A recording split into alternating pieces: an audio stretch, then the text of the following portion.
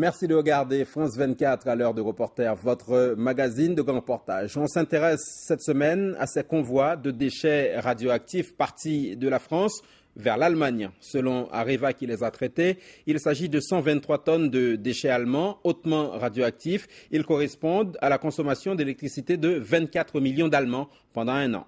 En Allemagne, où le débat sur l'atome fait rage, la région du Wendland est synonyme de résistance contre le nucléaire. C'est là, non loin d'un village de cette région, Gorleben, que pourraient un jour être stockés les déchets produits par les centrales allemandes.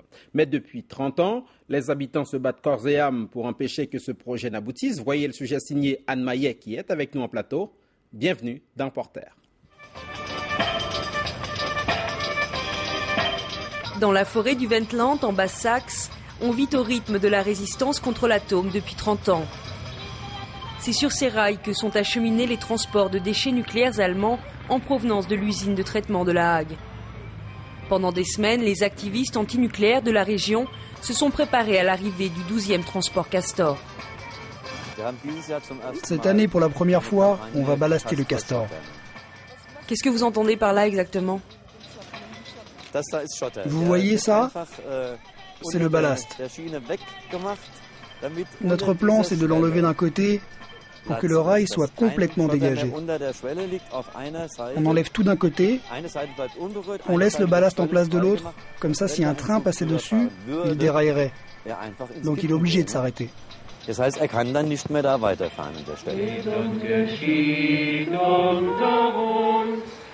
Pour se battre contre l'arrivée des déchets nucléaires dans la région, chacun sa méthode. Eux se retrouvent ici tous les dimanches pour la prière de Gorleben. Depuis 20 ans, c'est leur manière de protester contre le site de forage en couche géologique qui pourrait un jour accueillir les déchets hautement radioactifs. Ce jour-là, le pasteur Eckhard Kruse s'est déplacé personnellement pour porter la bonne nouvelle.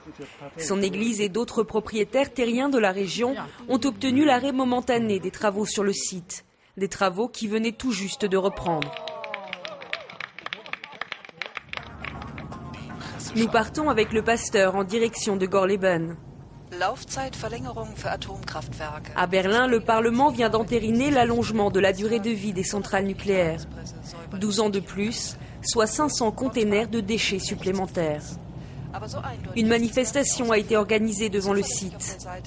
Depuis qu'il s'est installé dans cette région il y a 20 ans, le pasteur lui aussi est entré en résistance pour protéger les terres du Wendland et de son église. Vous savez, ces terres contiennent du sel. Pour nous, c'est quelque chose de très précieux. Les habitants de la région en vivaient déjà il y a plusieurs milliers d'années. Pour nous, ça fait partie de notre qualité de vie. On ne peut pas abandonner ces terres pour quelque chose d'aussi négatif que ces déchets si on n'a pas la garantie qu'il s'agit là de la meilleure solution. Pour rejoindre le domaine de l'église, Eckhard Kruse emprunte un chemin réservé aux propriétaires. Cette route longe le site expérimental de Gorleben. L'accès à cette partie de la forêt du Wendland est limité pour des raisons de sécurité. Eckhard Kruse nous emmène sur la propriété de sa paroisse, une petite parcelle de forêt. Vous voyez, c'est délimité par ces deux chemins. C'est ce triangle que vous voyez là sur la carte. C'est étroit, mais c'est très profond. Le sel, mais aussi toutes les autres richesses qui se trouvent en dessous de cette parcelle, nous appartiennent jusqu'au centre de la terre. Plusieurs propriétaires terriens refusent de céder leur domaine forestier. Sans cette partie de la forêt et de ses couches géologiques, l'exploration du site est limitée. Nous avons, comme beaucoup ici, le sentiment qu'on ne peut plus parler de prospection. Le résultat semble jouer d'avance. Quand on voit l'avancée des travaux et des infrastructures, comment penser qu'il ne s'agit pas d'un site de stockage définitif ? L'Allemagne n'a jamais cherché à stocker ses déchets hautement radioactifs ailleurs qu'à Gorleben. Considérées comme propices au stockage profond, les couches géologiques salines du Wendland sont explorées à partir de 1979. Mais les travaux s'arrêtent en 2000. Le parti écologiste allemand, qui a accédé au pouvoir aux côtés des sociodémocrates, impose un moratoire. Depuis, aucun autre site n'a été exploré.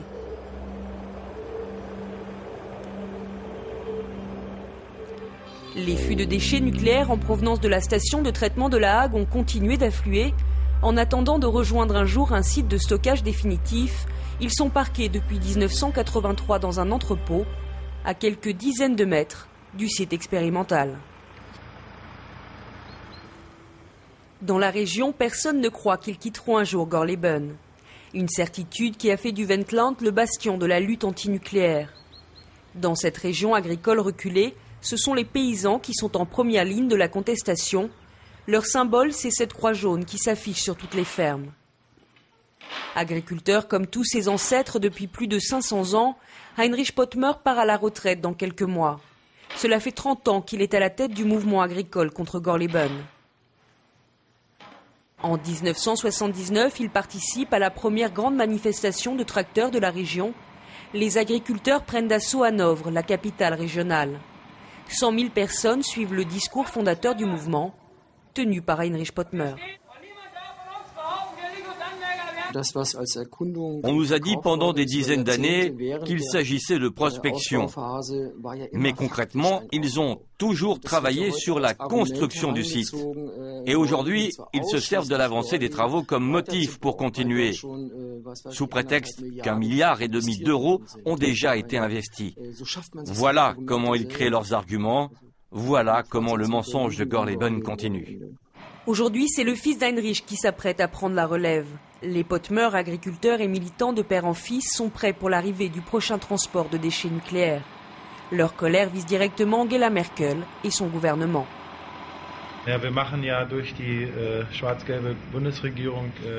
Avec ce gouvernement, on n'arrête pas de revenir en arrière sur la sortie du nucléaire. C'est à nous de montrer que nous, la population, nous ne l'acceptons pas et que nous ferons tout ce qui est en notre pouvoir pour les en empêcher et qu'on ne se laissera pas faire.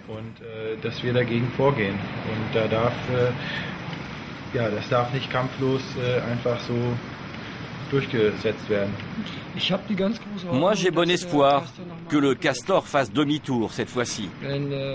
Et si tous ceux qui s'engagent en ce moment contre ce projet descendent vraiment dans la rue quand il arrivera, la police et le gouvernement vont avoir de gros problèmes. La grogne est montée ces derniers mois dans le Wendland. L'affaire Gorleben a pris une dimension politique. Dans sa ferme, Matthias Edler a épluché des centaines de dossiers confidentiels pour le compte de Greenpeace. Sur cette liste de sites potentiels remise par des géologues au gouvernement régional en 1976, le nom de Gorleben n'apparaît pas. Ce n'est pas cette liste de résultats qui a été présentée au ministre-président de la Basse-Saxe. C'est celle-ci, sur laquelle on a rajouté, quelques mois plus tard à la main, le nom de Gorleben, assorti d'une note de compatibilité très élevée. C'est le ministère de l'économie régionale qui a tout fait pour que ce site industriel s'implante en Basse-Saxe. Ils n'avaient que les 5 milliards d'investissements et les 5000 emplois en tête. Ce sont eux qui ont dirigé la sélection des sites et qui ont donné ces informations au ministre-président.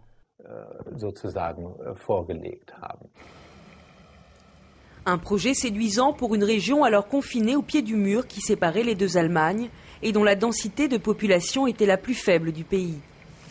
Après ces révélations, une commission d'enquête parlementaire a été ouverte à Berlin. Elle doit déterminer dans quelles circonstances Gorleben a été choisi. Nous rencontrons l'une des membres de cette commission, Dorothee Menzner, du parti de la gauche radicale. Avec ses collaborateurs, elle a récemment rendu public des documents trouvés dans les archives de la Stasi, la police secrète est-allemande. Ceux-ci font état d'une explosion de gaz en 1969 à Lenzen, en ex-République démocratique allemande. Un mort, 6 blessés, l'incident est passé sous silence en RDA. Mais Lenzen se trouve à quelques dizaines de kilomètres à peine de Gorleben. Bien sûr, on peut se demander quels risques représentent des gisements de gaz sous ou près de ces couches géologiques. Et si l'on peut vraiment stocker des déchets radioactifs à cet endroit. Dans les années 70 et 80, on n'avait que très peu d'informations sur ce qui s'était passé. Depuis 20 ans, les documents sont accessibles, mais personne ne les a étudiés pour savoir si Gorleben était l'endroit approprié.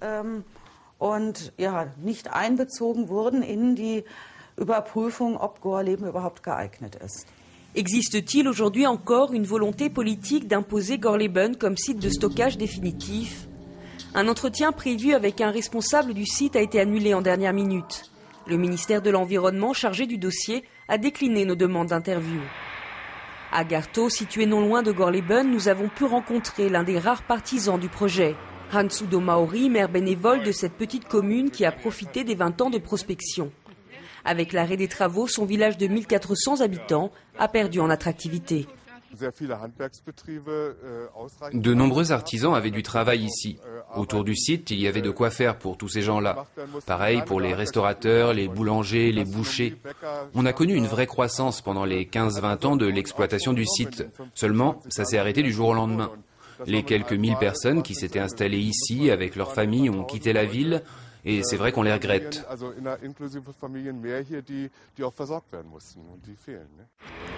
700 000 € par an, c'est la somme que continuent de percevoir 5 communes de la région en contrepartie des désagréments causés par le stockage provisoire des déchets à Gorleben. D'autres ont refusé des sommes nettement plus importantes pour préserver leurs terres. Le plus grand propriétaire terrien de la région, la famille des Bernsdorf, a décliné à l'époque une offre de 30 millions de Deutschmark pour son domaine près de Gorleben. Le comte de Bernsdorf, ancien membre du Parti chrétien-démocrate, a claqué la porte de son parti il y a 30 ans pour protester contre le projet. Conservateur écologiste, il est un peu l'éminence grise de la résistance anti-Gorleben. Le moment est venu, me semble-t-il, de faire une pause, de réunir les exploitants du site et les détracteurs du projet autour d'une table pour trouver une solution qui tienne la route au-delà de cette période législative. C'est pour cela que je milite auprès des hommes politiques. On verra avec quels résultats. Mais il est certain qu'on ne traitera pas ce problème par-dessus la jambe, surtout pas en fonçant droit dans le mur.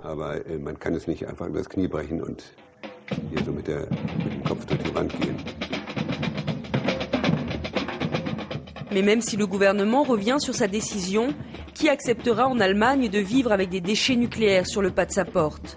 La résistance à l'atome étant ce qu'elle est dans ce pays, un futur site de stockage de déchets hautement radioactifs est loin d'être trouvé.